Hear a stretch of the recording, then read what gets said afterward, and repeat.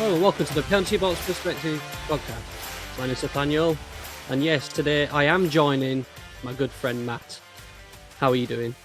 Yeah, good, thank you. Yeah, good to have you back. How was your trip away? All good? Yeah, very good, very good. I think I should apologise. I think I'll leave you in the lurch way more than you leave me. But yeah, we had a friend's wedding in Cyprus, so I have been incommunicado essentially for the past week. And just straight off the bat, what the fuck has happened? Like, Yeah, it's been a week. Yeah, since we last recorded, well, since I last recorded, a lot of stuff's happened. A lot of which we're going to delve into. Some very unexpected turns of events, but yeah, we'll dissect all of that. We've got a I'm back. little bit of news to start with though. Now, don't want to kind of start the podcast on a downer, but unfortunately, we have lost another kind of legend of the hockey game this week. Claude Lemieux has passed away at the age of 60. Four-time Stanley Cup champion, 786 points in 1,215 regular season NHL games. Also, an absolute beast in the playoffs as well. 158 points in 234 games there as well.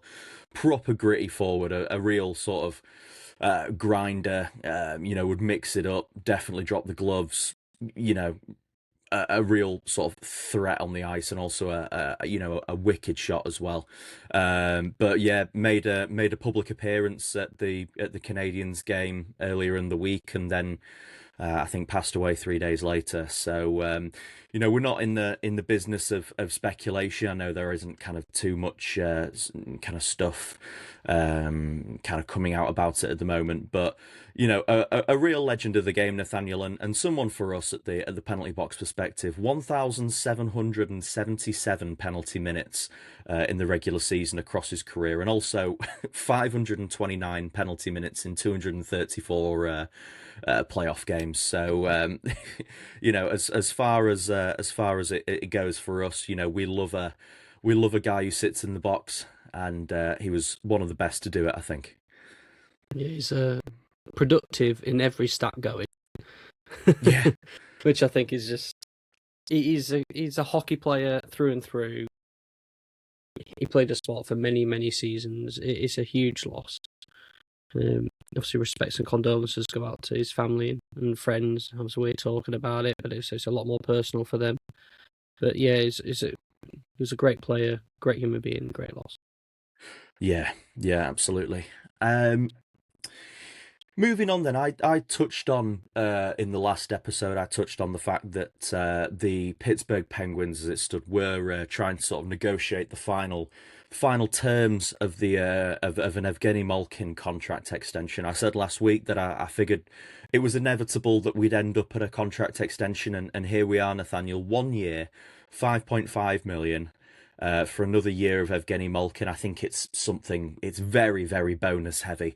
I think it's only like a 2.2 million base salary, and I think there's like 3.3 million in available bonuses to him. But Pittsburgh get their guy locked up. He said on his social media, did you ever think it was in doubt? He gets one more year. I think this will probably be his last year. I think, or unless we're going to take it on a year by year basis. But yeah, Malkin signs in Pittsburgh. Nathaniel, it was never in doubt, really, was it? No, I don't think it was. He did enough this year to warrant another year at least. He didn't play every game through both of his actions and his injuries, but the time he was there is well worth. Even at 5.5, I still think he's probably worth it for everything that he brings. There's no way a multi-year deal is going to come out of this. It is only going to be year by year. And yeah, one more year of Malkin, great. I do think that means Crosby will definitely be back. Yeah. I do think Tang may be back as well. I think they're going to roll it back, especially with the success of this year. I think they're going to keep doing this until it doesn't work. anymore. Yeah, absolutely. I think Crosby will be, Crosby will be the next, one. I think he's well. I don't think he's a UFA this year, but they will, I think, look to keep him around, keep Letang around, keep the whole sort of gang around as long as possible. Like you said, they had an outstanding year this year. Didn't fall their way in the playoffs, obviously, but they're still they're still remaining competitive, and you think they'll be in, they'll have another year of Ben Kindle next year. Chinnikov came in earlier in the year, and he was another really nice piece that they added, and Eric Carlson had a great regular season. So they certainly exceeded all of their expectations. Certainly that we had for them, as well as the rest of the hockey media world. But yeah, I think you look at that number at 5.5, especially when you look at Charlie Coyle signed a $6 by $6 million deal. I think that ends up looking like a fantastic bit of business for Pittsburgh, and I know it's going to be something we're going to cover in the off season. I think that Charlie Coyle deal has probably pissed off a fair few general managers around the league, because all of a sudden I think it's just nudged the price up for a lot of pending free agents. But And Minnesota yeah, so... are like,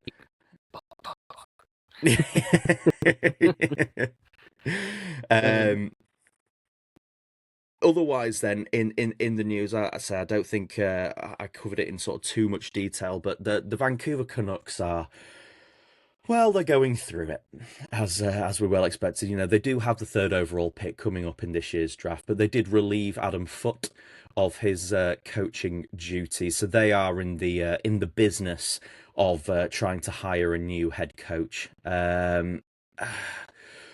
Obviously, at the moment, put in the it's... mouth at the moment. Stop. I'm back. You've been back for 7 minutes and we're already back to it. But yeah, this is a franchise in some real trouble at the moment. Obviously I don't know sort of too much about who they've spoken to or what they're looking at doing. I do know that Manny Malhotra is one of the key names that they're speaking to. He's currently the coach of the Abbotsford Canucks in the AHL, and is the father of the projected top centre in this draft, Caleb Malhotra, which has created a lot of very interesting conversation that I covered in the last episode. A team looking to rebuild. You would like to rebuild with a centre. Does Malhotra go at 3 to the Canucks? It's but then again, it's quite hard, I think, for a dad to justify taking his son with the third overall pick. So we'll see how that all plays out. But I think Malhotra is one of the front runners at the moment. But and there's we just spoke about the Pittsburgh Penguins, professional organisation. There's been a bit of murmurs about what's Malkin going to do. They get the deal done, and everyone knows that's probably going to be the right decision. Everyone knows Pittsburgh will get rid of Malkin, will get rid of Crosby at just the right time to usher in a new generation of superstars to continue their prolonged period of general success. Also, not winning Stanley Cups recently, but they very rarely have been a bad team. You trust the Pittsburgh Penguins. I do not trust the Vancouver Canucks. Whatever decision they make will be the wrong one. They can get Malhotra, get into nepotism baby, sign his son, draft his son in the draft later. And everyone's like, oh, this is going to be great, and it'll be rubbish. Or they could trade Elias Pettersson and the third overall pick to Toronto for the first overall pick. And we'll still get it wrong. Or they could... Anything they do, it will be the wrong decision. I think the only team... I'm sorry to jump ahead of the schedule here, but the only team I think Vegas will let Bruce Cassidy talk to is probably the Vancouver Canucks. Because everyone knows Vancouver and Canucks will just mess it up, and Cassidy won't last that long anyway. Yeah, yeah, it was like a slightly, again, there's been a lot of discourse about like will Manny Malhotra get the coaching job and draft his son with the third overall pick. The average tenure of a head coach in the NHL is like 2 years at the moment. So if it stands to say that Malhotra Senior might not even be in the job by the time that Caleb comes around to actually playing for the Canucks. So Or he's we'll coaching his son's playing. straight out the draft. No, But yeah, you did mention there that they are potentially exploring a trade for Elias Pettersson. Now, this is such a polarizing thing because at the moment it's really hard to sort of establish what Elias Pettersson is at this moment in time. Obviously he's 27 years old, monster cap hit. He's on 11.6 million through to the 2031-32 season. So still another 6 years left of that deal. Now 2 years ago, this was an Elias Pettersson that had 102 points in 80 games. And then he had 89 points in 82 games last year and, had a little bit of a drop off, but still sort of above that point per game sort of projection. And then last year had 45 points in 64 games. Now, obviously, he was playing with a significantly weakened roster around him. I know there was a lot of talk about the off ice stuff, but obviously JT Miller was the one who found himself being run out of town in relation to that. So I don't know about all the off ice stuff, or anything like that. Obviously, it's not kind of for us to say about anything in Elias Pettersson's personal life or anything. But if you are looking to trade Elias Pettersson, first and foremost, what are you asking for in return? Because there aren't that many teams who can take on that full salary.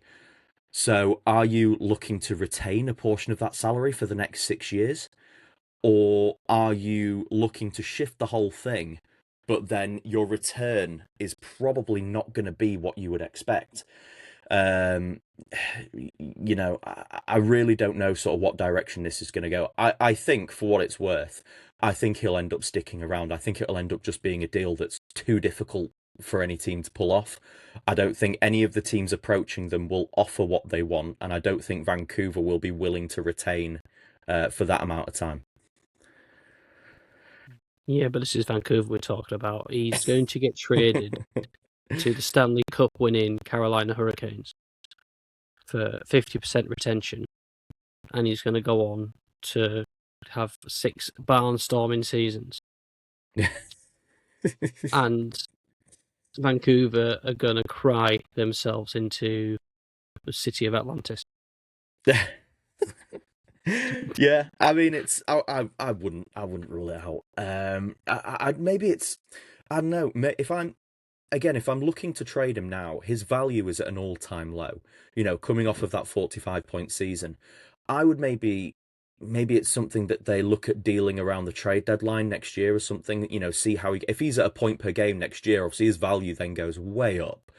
Um, if he can be anything like the 22-23 version of Elias Pettersson. Guy, I even got my stats wrong there. 51 points in 74 games, sorry, in the most recent year. So he's had 3 years of downwards production from that 102-point season. So, yeah, I don't This know, is man. just on. This is just on. Obviously, we're thinking from Vancouver's perspective. What about Pettersson's perspective? That's hard to say. Pettersson's perspective, difficult. Obviously, he's sitting pretty on a lot of money. He's in a team that isn't going to win anytime soon. What type of player or person is Elias Pettersson? Because he isn't going to be winning anything. It's almost like a bit like a Shesterkin at the Rangers, where Mm. you're meant to be the cream of the crop of that team. Like you are the best player, possibly by quite some margin. You're on a decent, healthy contract, so you could just sit there and earn your bag and not really be that driven. nothing screams out to me from Pettersson to say that he's loving life in Vancouver. I think it's quite the opposite. I think he's made it pretty clear he is not bothered. Is that because he wants to play somewhere else? Could he force a trade? Like, has he got no trade clauses in his contract? There's players are holding more and more power now in sort of these deciding where they play and what they do. And because he has got that track record of having done it in the past, that will still carry some weight in his camp in forcing his way somewhere else. Yeah, He might be able to dump it all on Vancouver. When he's speaking to these other teams, he might be willing to pay up more. He might be saying, well, I did it when we had a decent team, but the management is shocking, or this and that and the other. And the other team would be like, yeah, that kind of maybe makes sense. I think you could still be a 100-point player for us and get him signed. yeah, potentially. I mean, it's certainly going to be one of the ones to keep an eye on over the summer. I think. Just having a look up, at his contract details on Puckpedia. In year 3 of 8 of that deal, Pat Brisson, his agent, who would have thought? This guy must be absolutely loaded. I don't know what his agent fee will have been off of an 11.6 million $8-year deal. But God, this guy's an absolute wizard. An absolute yeah. He's absolutely crushed it there. Right, Nathaniel. The playoffs. So like you said at the start, so you've had a slightly limited coverage whilst you've been in Cyprus. So we're going to start on well, I mean, there's only one place to start really: the Vegas Golden Knights and the Colorado Avalanche. Yeah, the Avs got swept 4-0. I said in the last episode, this Avalanche, he smashed the Minnesota Wild. Yeah, which makes you wonder what on earth were Minnesota playing at during that playoff series. This Wild team would have beaten Vegas. I haven't seen this series really, but Wild would have beaten Vegas. I don't know. Anyway. Yeah, it's just been, and health has played a large part of this. It's McCarr missed the first 2 games, and then McKinnon got banged up. But no one's playing at 100% in the playoffs, and my argument would be is that we have, we on this show, as well as the hockey media world as a whole, has, for lack of a better term, glazed the Colorado Avalanche senseless on how deep their roster is. Even looking down their center core, they've had McKinnon, Nelson, Kadri down that front 3. So yes, the health of their 2 main players has been sort of called into question. But Mark Stone was missing for Vegas in the first couple of games, and he's a massive part of their lineup. So for me, Vegas had an answer for every little thing that Colorado threw at them. They didn't play the most flashy of games. They just kind of executed where they needed to. And this Tortorella hire is looking more and more justified by the day. And I know they're going on like a game, almost like a game by game basis, but Tortorella's going to end up landing himself like a 3-year deal to stay in Vegas at this rate. If he takes them all the way.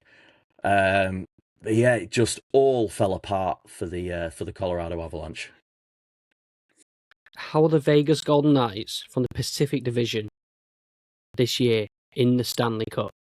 It's making a joke of the league. Yeah. I just, especially in that fashion, because they weren't convincing in any other series beforehand. Yes, they beat Utah and Anaheim 4-2 in both series, so comfortable. It wasn't like a sweep, but it wasn't like a 4-3 masterclass thing either. Like it wasn't. It was just sort of getting by. It must have just been like a tactical difference as well. Now, I haven't watched the game, so it's really tricky, but it's whether it's a just they match up poorly against each other. But it's kind of like Colorado have been burning throughout the year, and they've just run out of logs, and Vegas have just finally put them out a little bit because they burnt out too early. Yeah, and that game 3 was the killer. Obviously they lost both of the games in Colorado, had to go to Vegas.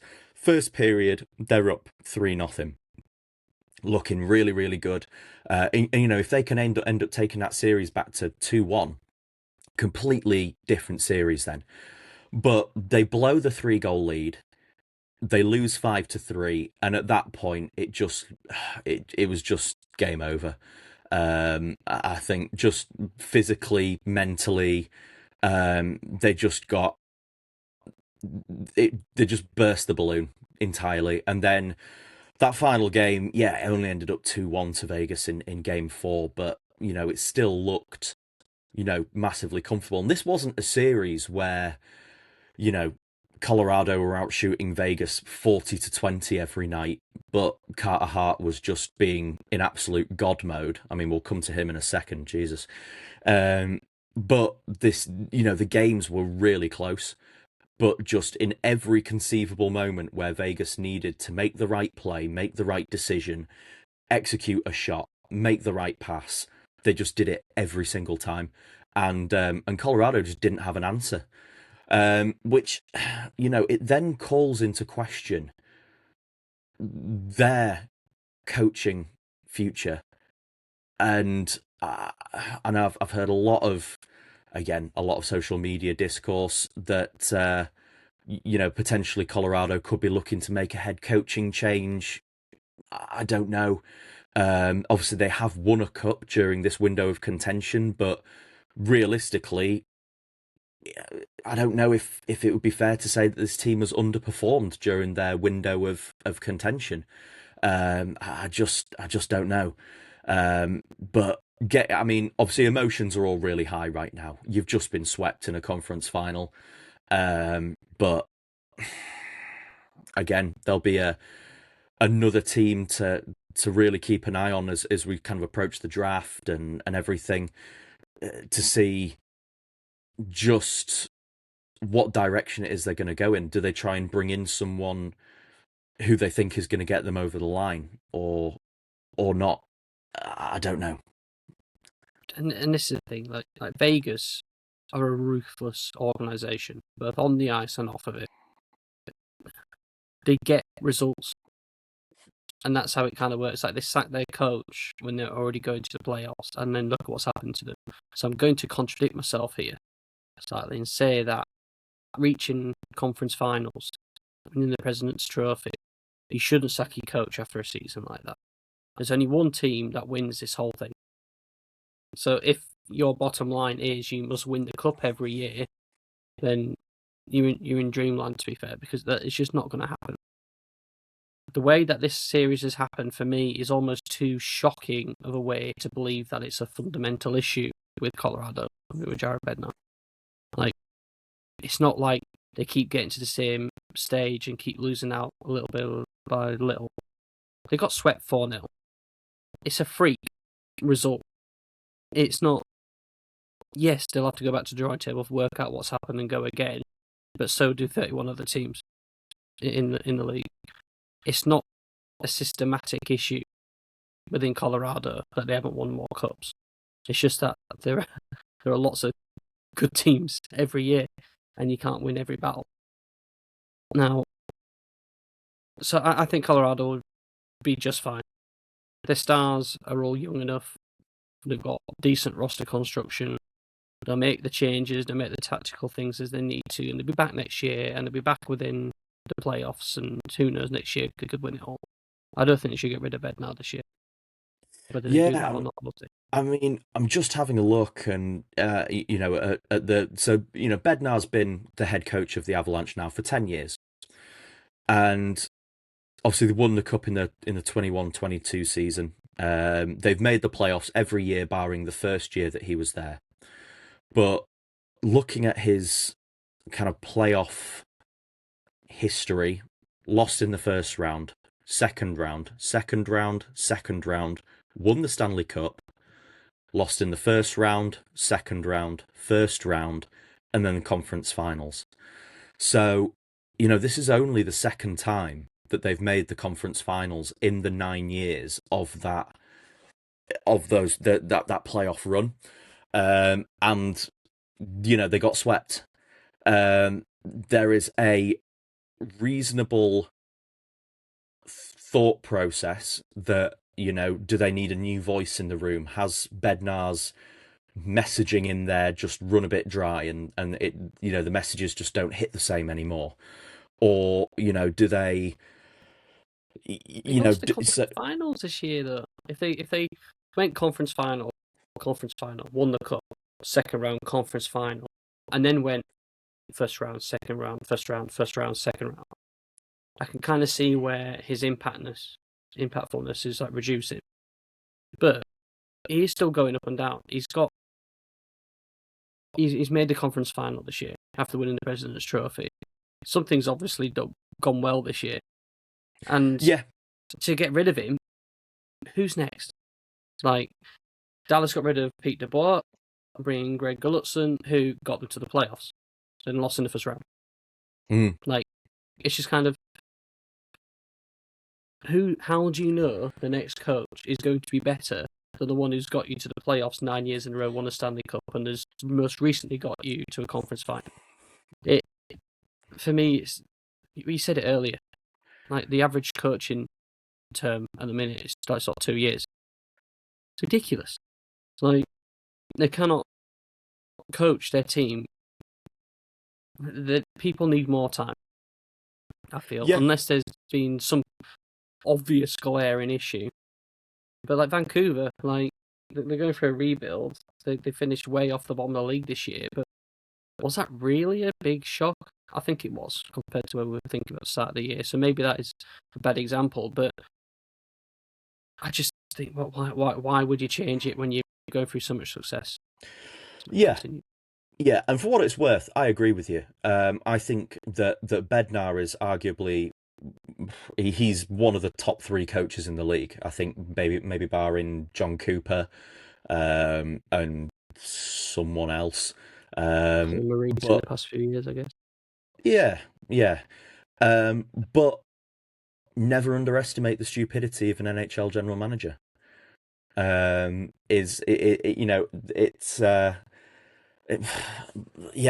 I completely agree with you. You get rid of Bednar, who takes his place? And I can guarantee you that if Jared Bednar gets relieved of his duties in Colorado, he will be unemployed for less than a week, because depends if Colorado will refuse to let him speak to other teams. This is very true. Because he will. Every team in the NHL would be interested in hiring him. Regardless of their current position. But let's not take away. And I hate having to do this, but let's not take away from how well Vegas played in this series. I feel like we shit on them enough that they deserve to be praised when they do something well, and they just outboxed the Colorado Avalanche across 4 games.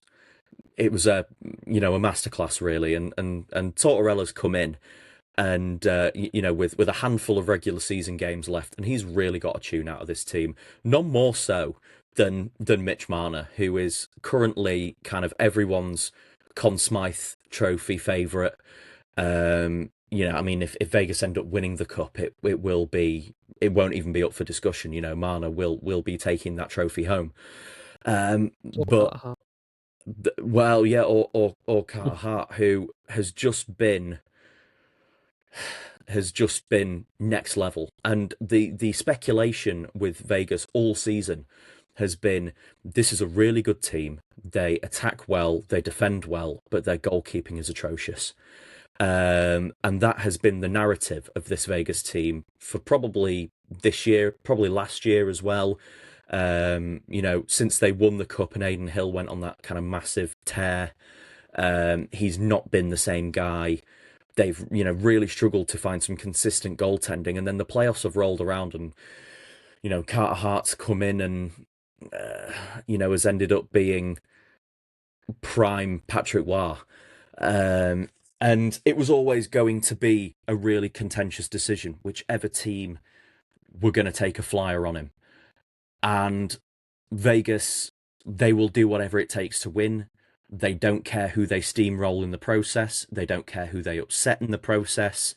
They don't care, they are kind of the bad boys of hockey, so to speak. And they were kind of like, well, yeah, Carter Hart's available. We'll take him. And right at this moment in time, it's looking like a good decision based purely off of performance alone. Now, obviously, Carter Hart's sparked a bit of controversy this week with some politically loaded polo shirts, which I just think as well, like, it's your first year back in the league after after some a difficult couple of years with some very serious allegations. You've been suspended by the league. If I was, he's been handed this second chance, I would be on my best behaviour. And then he racks up with a free Alberta polo shirt on his way into the game, and I just think comes off as a complete dick. I don't know if the entrance to the Stanley Cup playoffs is the place to make your political statement or not. I don't know. I think it was a dumb choice by Carter Hart there. Unless he just saw the T-shirt in a thrift store and thought he liked the colour. And he's really not trying to dress fancy. He wants to dress like a regular old human being, and it's just completely taken the wrong tack. I don't know. I don't know much about that political movement, but I see any negative press towards the Vegas Golden Knights, and I'm fully on board with it. So. Yeah, I don't know if Carter Hart, who is from a large suburban hamlet in Alberta, I don't know if he doesn't know the political context behind Free Alberta, but he probably does. I think he probably does as well. But hey, it's, I don't know. He's not come under any sort of firing for that yet. However, the team as a whole came under a bit of significant fire. I didn't cover it in the last episode. It just kind of completely skipped my mind as I was sat there babbling to myself. But the Vegas Golden Knights have lost this year's second round pick for failing to abide by their media obligations. John Tortorella, I think, as well, was fined, I want to say maybe fined $500,000, 500,000. Now, they have been warned about this previously. This is not the first time this has happened. So I think this is the NHL's way of saying, you have your media obligations, they are tied into your contract, and you are breaching your contract by not doing them. So we are going to take your second round pick. Now, they are able to appeal this decision, and they might well get their second round pick back. But yeah, I thought it was just crazy, absolutely crazy. When I saw it, I was just like, wow, really? You're gonna take their picks off them as well? But I don't know. I don't know what you saw of that. What you saw of that news story, or it's the epitome of just.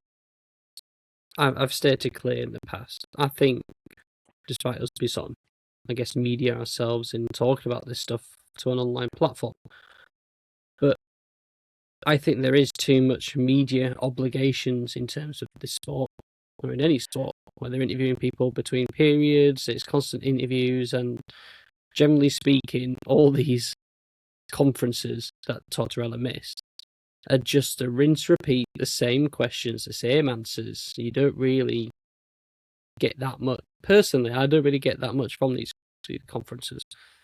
So when Vegas say, "Oh, they don't do it," what impact has there been? I mean, maybe I'm not the right person to say what impact there has been, but for me, like, it's none the wiser. So when they've been penalised this heavily, my first go, oh, that's a bit harsh, especially. And this is probably a contentious point here, but you got players making dirty plays. You've got people doing things in their personal lives which would bring the league into disrepute, and teams are not getting penalised as heavily as they have been for a guy missing a press conference.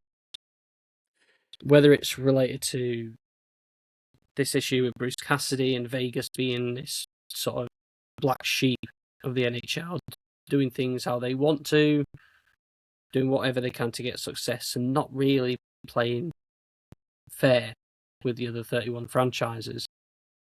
And obviously the NHL, as with the NFL and with the NBA, they all sort of fall part of the same cohort. They're all in it to make money.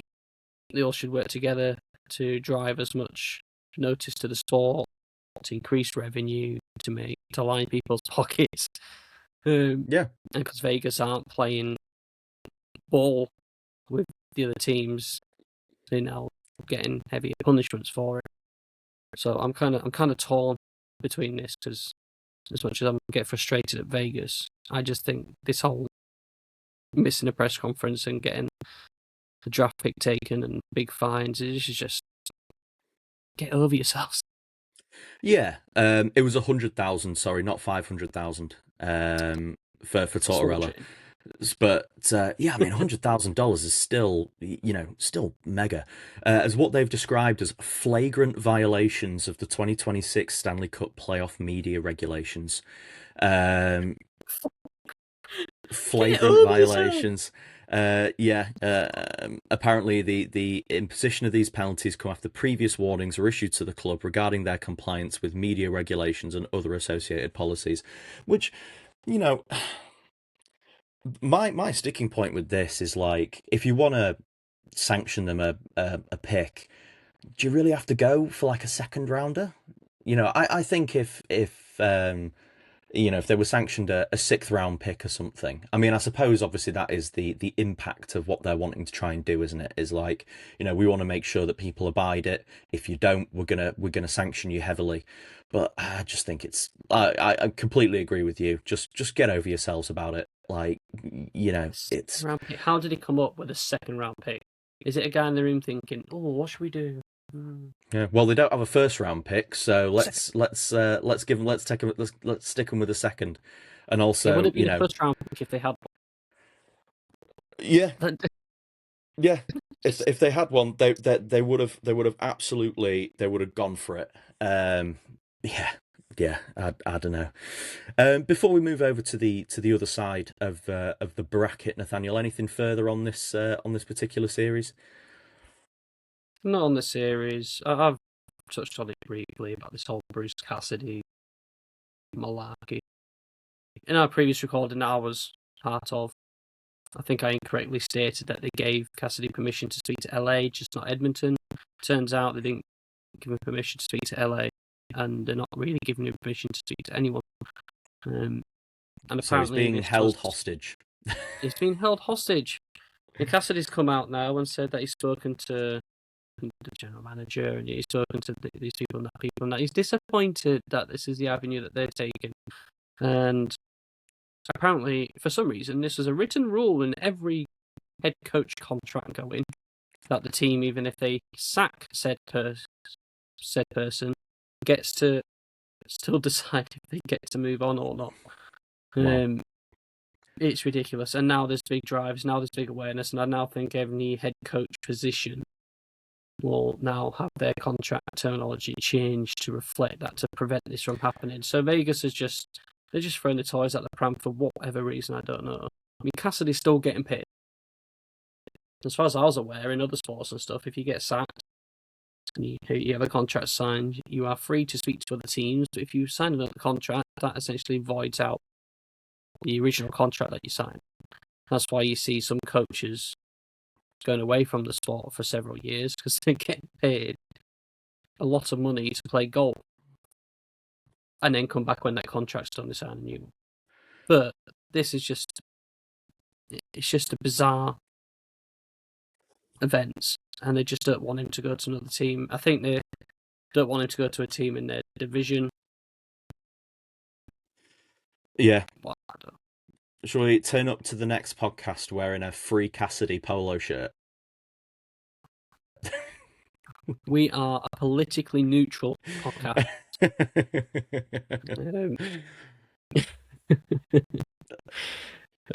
Oh God! So the other side of the coin here with the playoff final is that the Vegas Golden Knights will play the Carolina Hurricanes in the Stanley Cup final. They've finally got there. They've finally got over the hump, and Rod Brind'Amour has taken this team to a cup final. Now, after their I think the last recording, I think Game 1 had just happened, and the Canadians had beaten the Hurricanes 6-2. Now, there was a little bit of a, I think that obviously Montreal had come off the back of 2 7-game series. They were kind of red hot, full of adrenaline. Carolina, I think, they'd been on the beach for a week and just sort of chilling out. And I think if Montreal were ever going to win a game in this series, it was probably most likely to be that first one.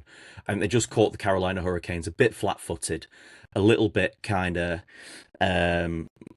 unaware, and they they beat them 6-2.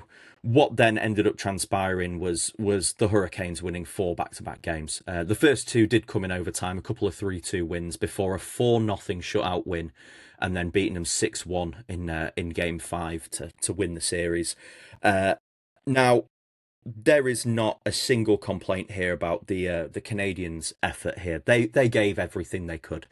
They'd already played 14 playoff games coming into this in comparison to the 8 that the Hurricanes had played. And I think they just ran out of steam. I think there was a difference in quality, a difference in execution, a difference in head coaching. And this Hurricanes team have now played 13 Stanley Cup playoff games and won 12 of them.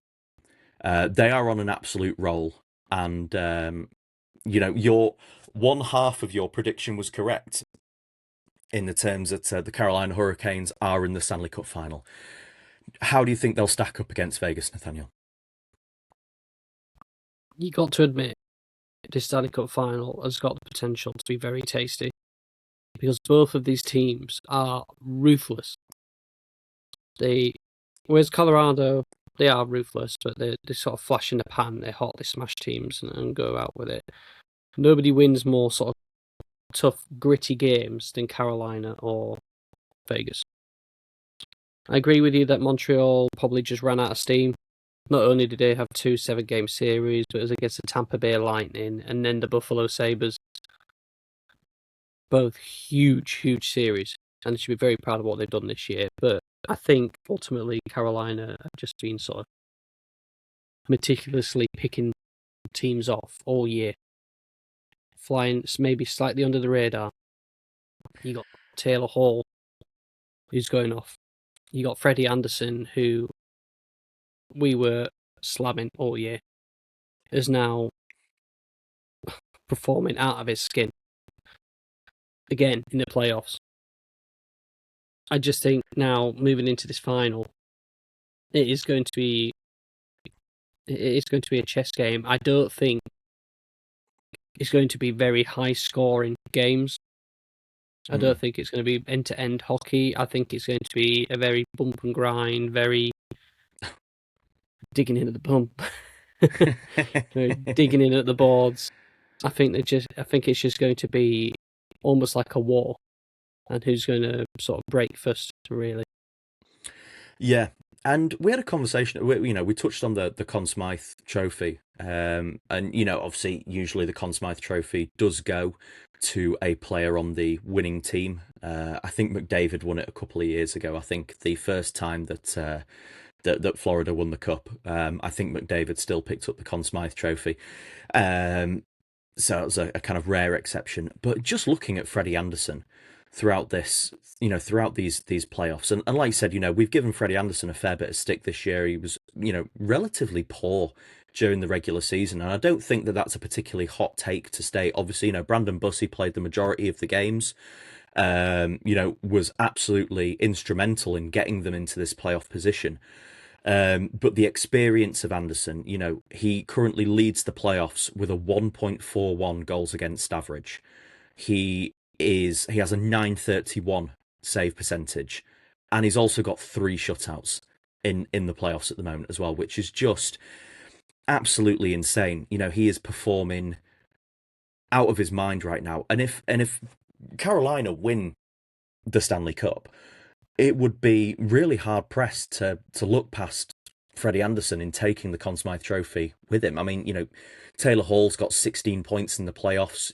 He has been absolutely outstanding this year throughout the regular season as well as in the playoffs. He's really, really refound a lot of his form in Carolina since moving there from Chicago.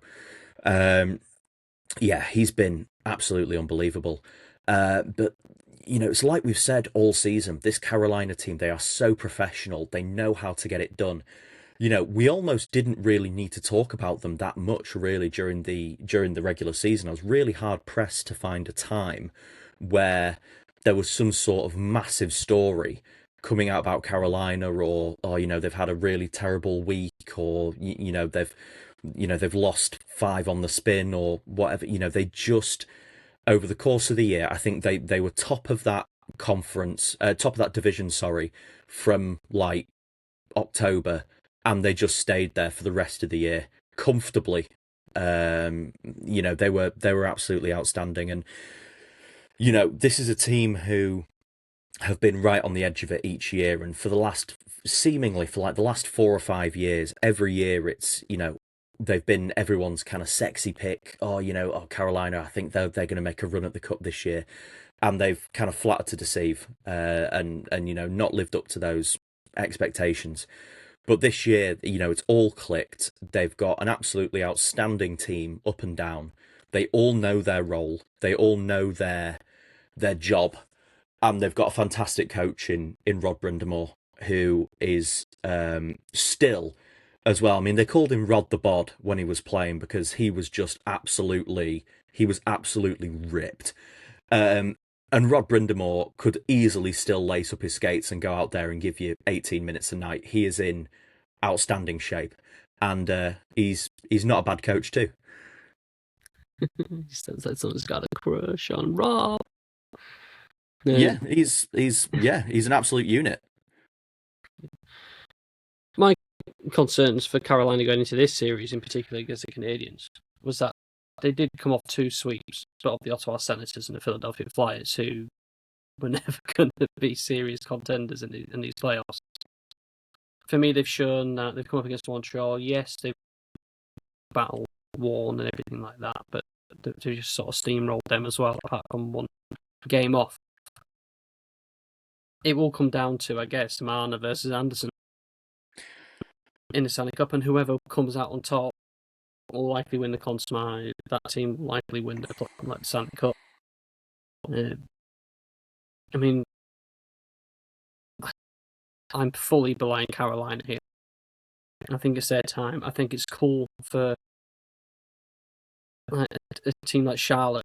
I believe that's where they're best. In Charlotte, are they? Yeah, I think so. Or Raleigh. Anyway, one or the other. Neither are towns or /cities that are predominantly known for ice hockey.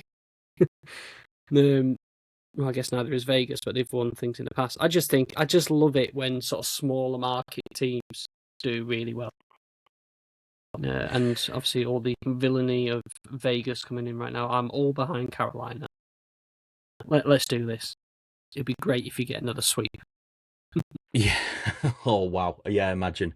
And I think that would surely set a record as well of the if they were to 4 or 5 games, whatever it would be, if they can win the cup with less than 20 games played, It'd just be unbelievable. So yeah, but this has been coming again. Just looking down their regular season finishings, since 2020, they finished first in the Central before they were then rescheduled into the Metro division. First in the Metro, second in the Metro, first in the Metro again this year. They're in the Stanley Cup final this year, conference final last year, second round the year before, conference final the year before, second round, first round, and then conference final as well. So, this is their first cup final under Brind'Amour, but they have reached 3 conference finals in the past, and just come up against a very hard Florida Panthers team in the last couple of years. But yeah, he's really got them playing an outstanding game at the moment as Brind'Amour, and I would love to see them lift the cup. I think it's absolutely their time, and I think a lot of the hockey world, I think, is going to be behind them over Vegas. It's not Charlotte, it's Raleigh. It's the second time the charm, is where Carolina's based.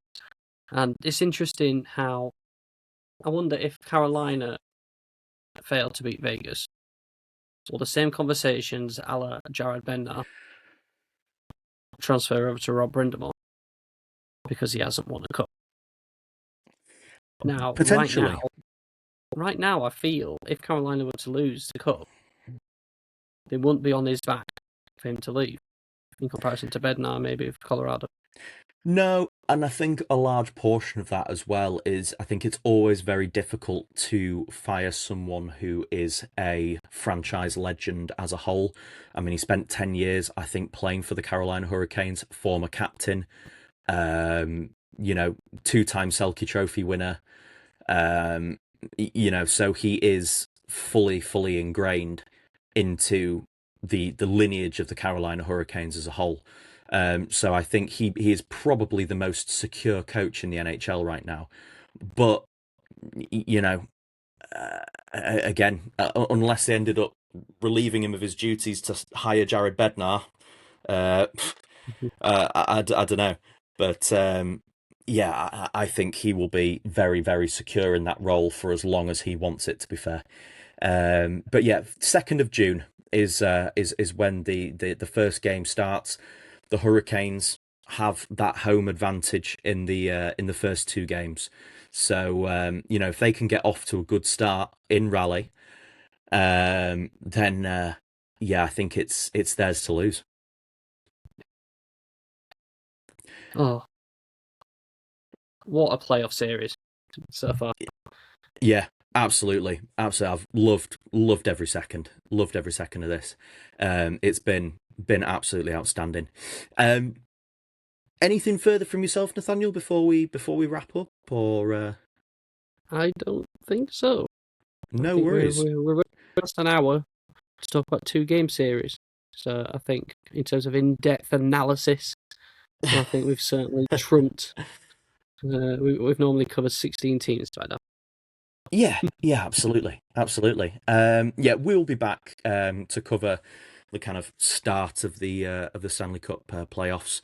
We'll be back with you to dissect all of that. But Nathaniel, before we go, I know you're a little rusty, but can I have a drum roll, please?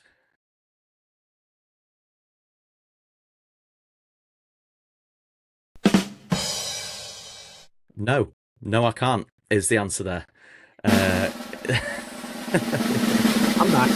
I'm back. As always, guys, you can get in touch with us on both X and Instagram at the PBP Podcast. You can also find us on TikTok at Penalty Box Perspective. You can reach us on Gmail at penaltyboxperspective@gmail.com if you've got any thoughts, feelings, any queries, or anything of that nature, you want to get in touch with us, let us know. You can watch the podcast in video format on both Spotify and YouTube. You can also go to the Penalty Box Perspectives official YouTube channel, and if you want to subscribe to us there and drop us a like, always means the world to us, guys. If you want to give us a 5-star review on both Apple Podcasts or Spotify as well, that'd be massively appreciated. As we roll towards the end of our first year, some potentially some exciting things in the pipeline for us moving forward that I will keep under my hat for now. Yeah, guys, thanks for being with us. As always, we will see you on the next one, and yeah, take care.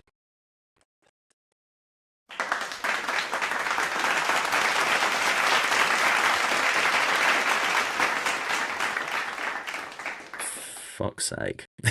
Well done.